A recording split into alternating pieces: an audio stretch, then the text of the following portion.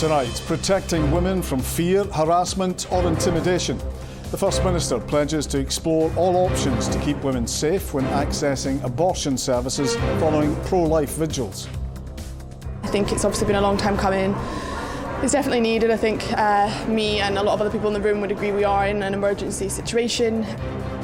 Also making the headlines, more strikes are on the cards. Post office workers will walk out next month after voting for industrial action. In sport, Andy Murray gets set to take centre court at Wimbledon for his opening match. And meet Bond, Donkey Bond, the miniature donkey who's triumphed at the Royal Highlands show after being brought up in a kitchen. I'm Emma Cameron in Edinburgh. And I'm John Mackay in Glasgow. This is the STV News at 6.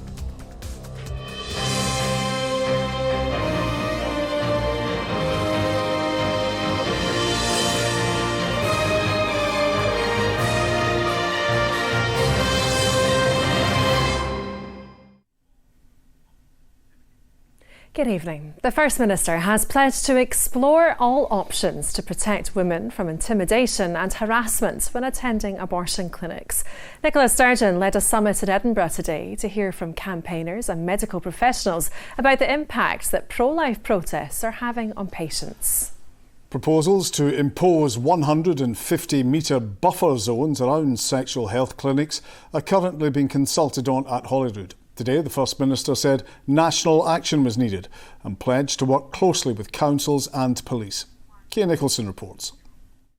At my 20-week scan, I found out that my baby girl had hypoplastic left heart syndrome. I went with determination because the idea of letting my baby girl suffer and die slowly was abhorrent to me. I had a few appointments between then and my termination, and every time I had to pass by the protesters. They made me feel like a monster. This is just one of the stories Alice read out today on behalf of women who faced anti-abortion protesters. She spoke to us about her own experience back in 2020. Just their presence, obviously it's a small street, being 6 people there, it's very hard to ignore. Because of your wickedness, because of your sinfulness. This is the kind of thing people like Alice are coming up against when they go for treatment. And today they had a chance to speak to the First Minister about it. We heard as well from healthcare providers, they were talking about their patients. And I think just to have this kind of cross support, there's people from Ireland there, you know, it's definitely quite surreal, I think. You know, they started off a small organisation in university that we just started because we saw something that we were really unhappy with. We wouldn't tolerate this if it was about access to any other form of healthcare. Today's summit discussed the idea of imposing buffer zones around abortion clinics and other issues around women's healthcare. There's no doubt in my mind, and this was reinforced by the discussions today, that we need to find a national legislative solution to this. There are some hurdles to overcome, and in the short term we need to work with local authorities and with the police to try to ensure that women are able to access healthcare free of intimidation and harassment. Warm words are wonderful, but they're not going to solve the problem. And we've had this time and time again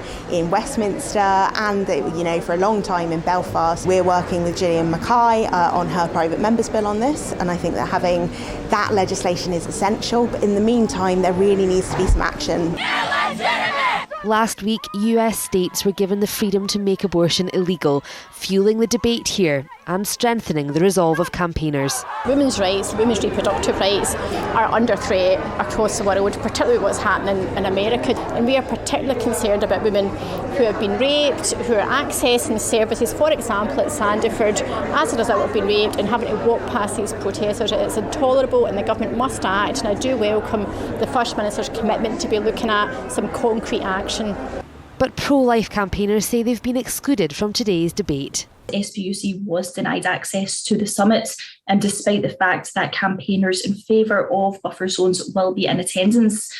So it does seem that the First Minister and others are refusing to engage with pro-life people. For Alice, though, today is cause for optimism. Definitely feels like I've turned it around into something really positive.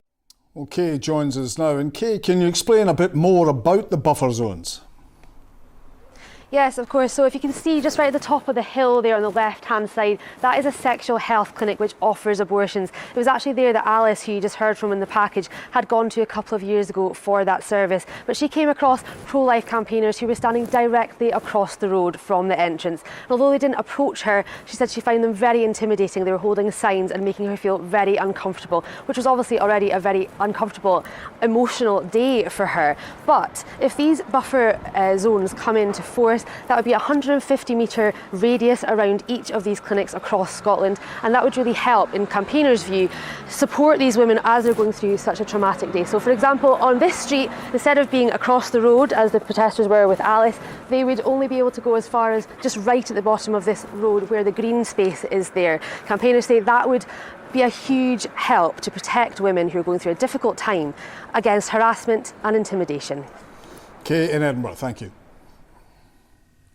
Now, one of Scotland's leading virologists has told STV News the current wave of COVID in Scotland may have already peaked. The Roslin Institute's Christine Tate-Burkard believes as many as 1 in 10 of us may have had the virus in the last week. The numbers are higher than the start of last year when we had a full lockdown.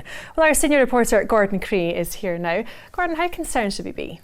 Well, the experts tell me probably less than we've ever had to be about this before. You know, we all know someone, don't we, who's had COVID in the last few weeks. But one thing a lot of them have in common is that they've never had it before. And that seems to be what's driving the current figures. It's a new variant of Omicron, and it's particularly affecting people who have not had COVID previously and maybe lack that extra layer of protection that previous infection gives you.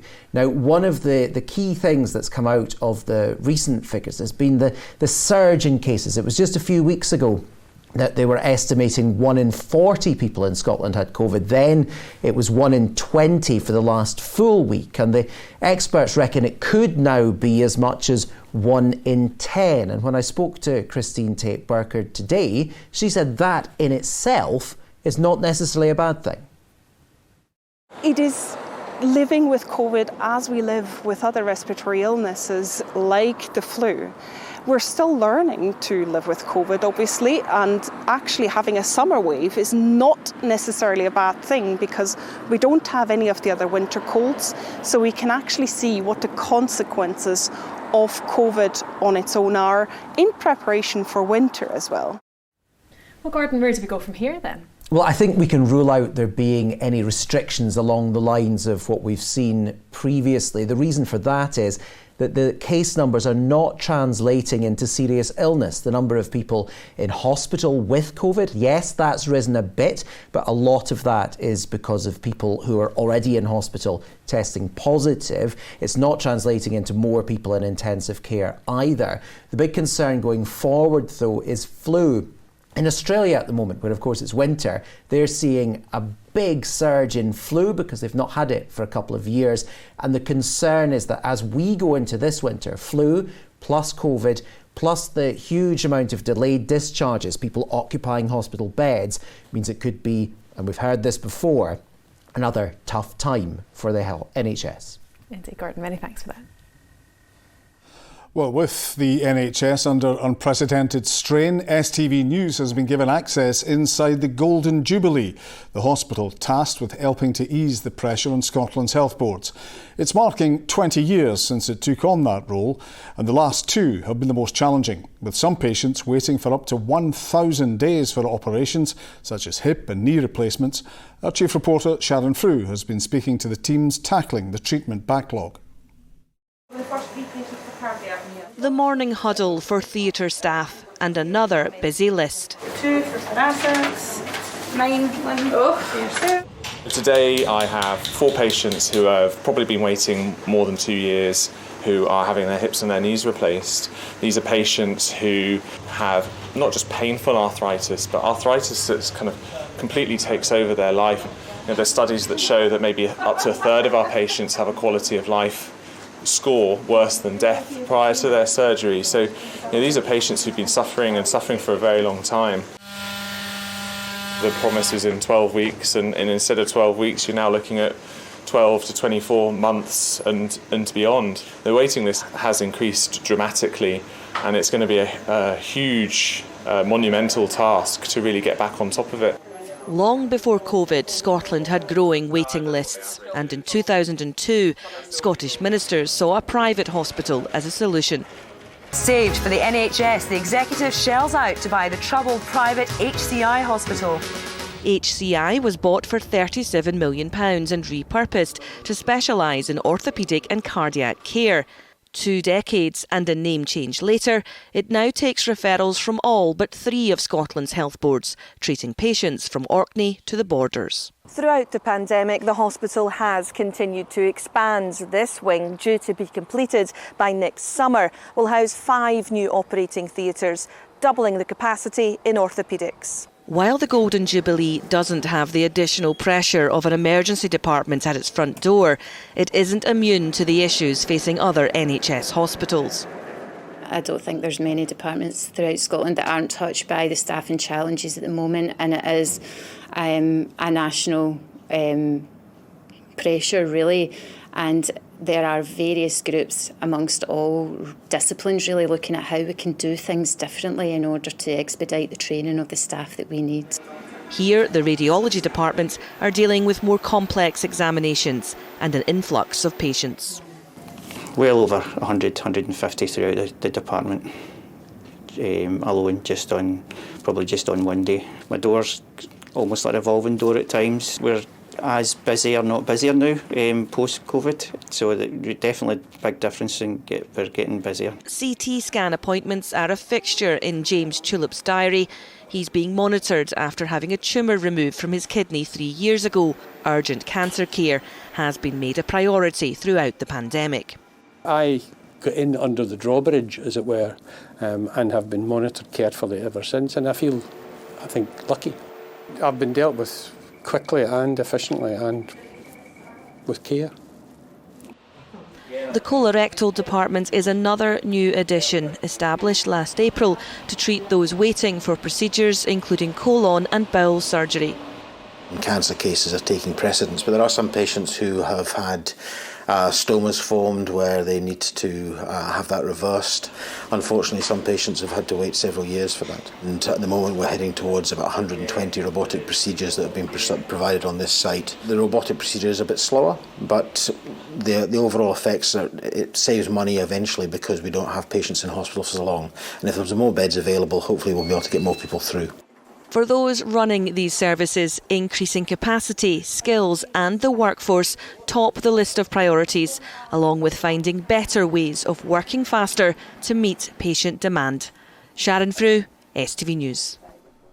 Post office workers are to become the latest to take strike action. They'll walk out next month after a pay offer was deemed woefully inadequate.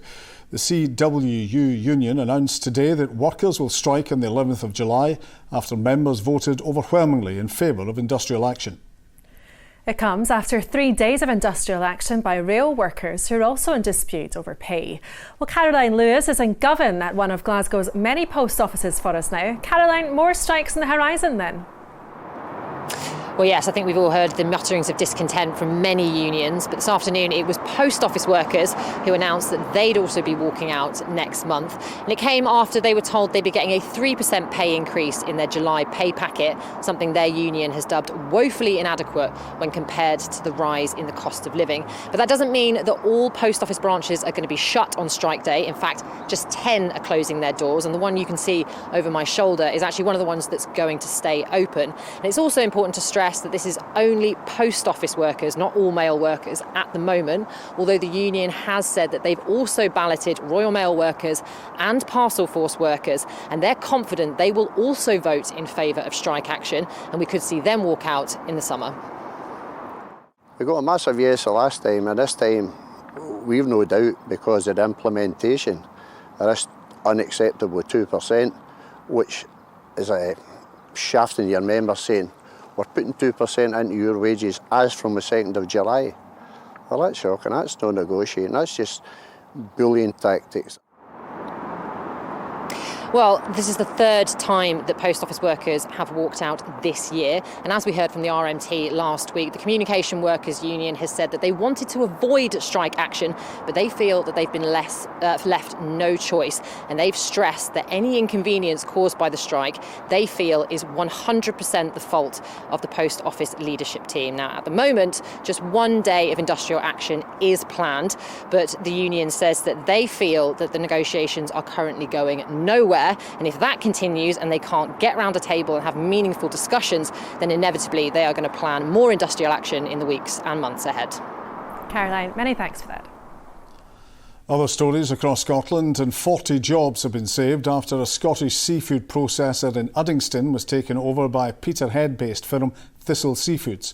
In March, 200 redundancies were announced at the Dawn Fresh facility after it slipped into administration. Local authorities are being given the opportunity to run their own bus services. The powers granted by the Scottish Government allow councils to operate routes as well as subsidise privately run transport. People are being warned to watch out for scammers exploiting demand for holidays and music gigs this summer.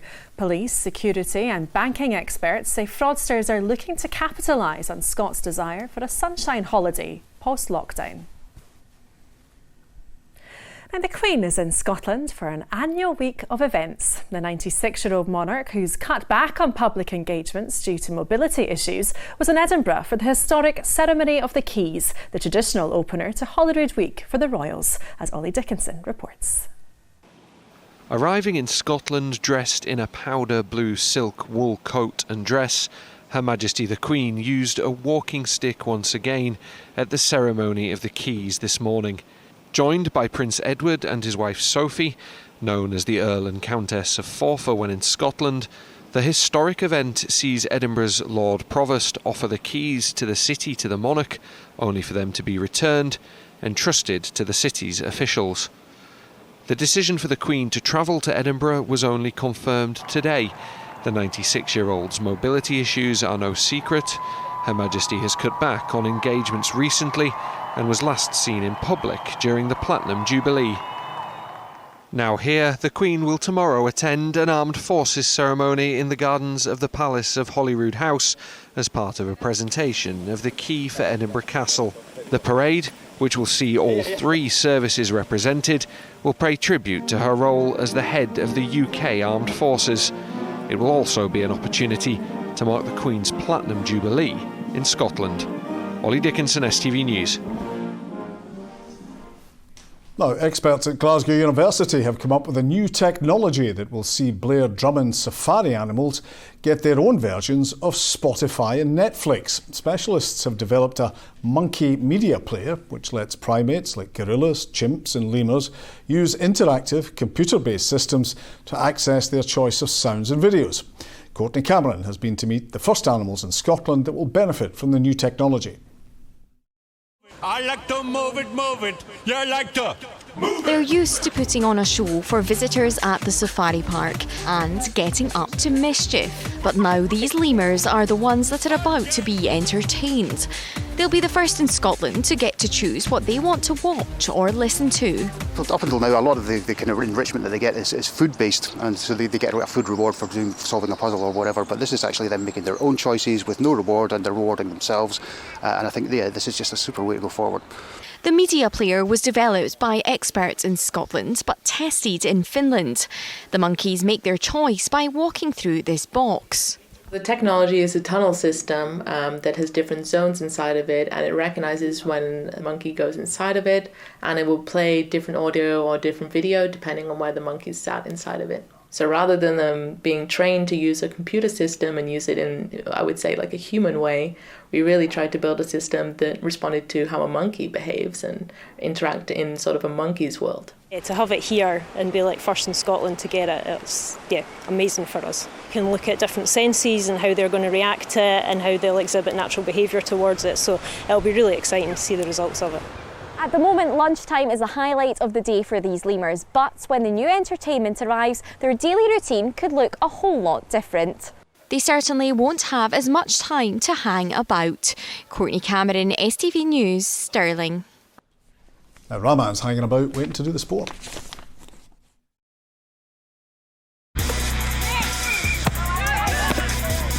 Get your fill of the action. STV Sport, sponsored by Papa John's Pizza.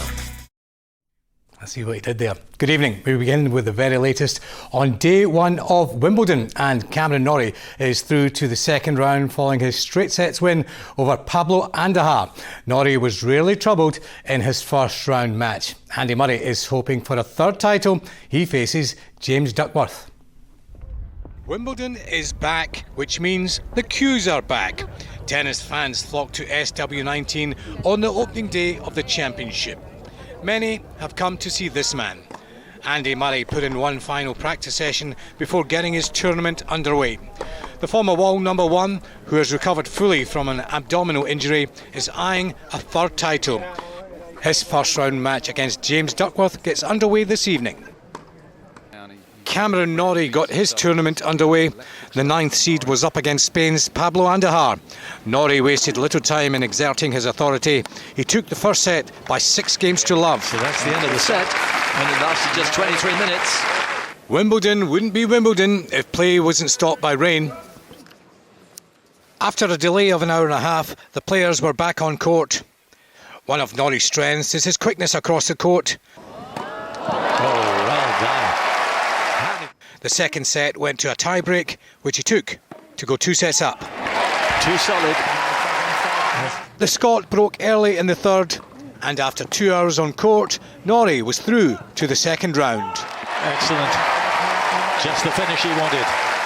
6-time champion and tournament favourite Novak Djokovic progressed despite dropping a set in his first round match against Kwon Soon Woo. And Emma Raducanu is currently on centre court. She's a set-up in her match against Alison van Oortvank. Use more of that. And I can tell you Emma Raducanu is through. OK, let's give you some football news now. And Declan Gallagher says reuniting with manager Stephen Robinson was a huge factor in signing for St Mirren. The defender worked under Robinson at Motherwell and says after a frustrating period last season with Aberdeen, he's hoping to get back to his best in Paisley. It's one of the main reasons that I wanted to come here and sign, because obviously I had such a good spell under him the last time when I was at Motherwell. Obviously ended up getting 9 international caps as well when he was my manager there, so I know he can bring the best out in me, and that's what I'm hoping they can do here as well. Now, after a hugely successful weekend for Scottish athletes at the British Championships, Jake Whiteman says there's a lot of excitement about what they can achieve at next month's World Championships and Commonwealth Games. Domestic competition helps kind of produce better performances internationally, so you want it to be as tough as possible to make British and Scottish teams, for you to then hopefully get the best out of yourself when it comes to global champs or like Commonwealth this year. I feel like it's important to be able to be challenged throughout the season. It's going to be a pretty mad couple of months, but yeah, it's nice to know that I'm running probably as well as I have been. The same with all the Scottish athletes that ran well. Hopefully we can go and have a good champs in Eugene and then come back and do well for Scotland at Commonwealth in Birmingham. Finally, cricket news, and Richie Berrington says he's incredibly honoured and privileged after being named as the new captain of Scotland. Berrington succeeds Cal Coetzer, who was skipper for 5 years. The 35-year-old will make his debut as captain in the Tri-Series Nations matches against Namibia and Nepal, which take place next month. And that, folks, is all your sport tonight.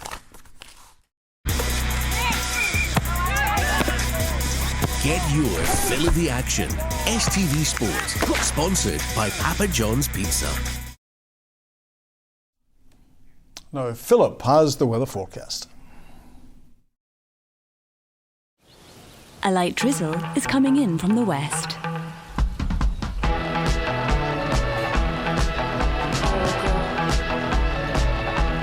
TUI Blue Hotels sponsor STV Weather. Well, as we start to head through the rest of this evening and overnight to begin with, there are still 1 or 2 showers around, but those will eventually start to fade away as the sun goes down. And very briefly, we get some dry and clear conditions. It is very brief, as by the middle of the night, eyes to the west, we've got these fronts moving in from the Atlantic, bringing with it a lot of cloud, this band of rain with some heavier bursts in the mix, and also some quite strong winds. So with the cloud, the rain and the wind, temperatures aren't dropping too far. Widely tonight we'll get down to lows of around 11 or 12 degrees Celsius. Now looking ahead to tomorrow, that band of rain will continue to slowly push eastwards across the country. The greatest risk of the highest amount of rainfall is across parts of Ayrshire and Dumfries and Galloway, so the Met Office have issued a yellow weather warning here. The winds will continue to pick up strength too, possibly reaching gusts of 40 to 45 miles per hour. Temperature-wise, it's saying highs of 15 or 16 degrees, but it will be feeling a lot cooler thanks to the winds. Now looking ahead to Wednesday, that front will have finally cleared eastwards. Behind it, there are plenty of scattered showers, but there's also a lot of sunny spells too. So overall, it is a calmer day with temperatures reaching highs of 18 or 19 degrees Celsius. Now by Thursday, there is a bit of uncertainty at the moment, but there will be some heavy showers in places, possibly thundery, with temperatures down a couple of degrees, highs of 18. Bye-bye. TUI Blue Hotels. Sponsor STV Weather.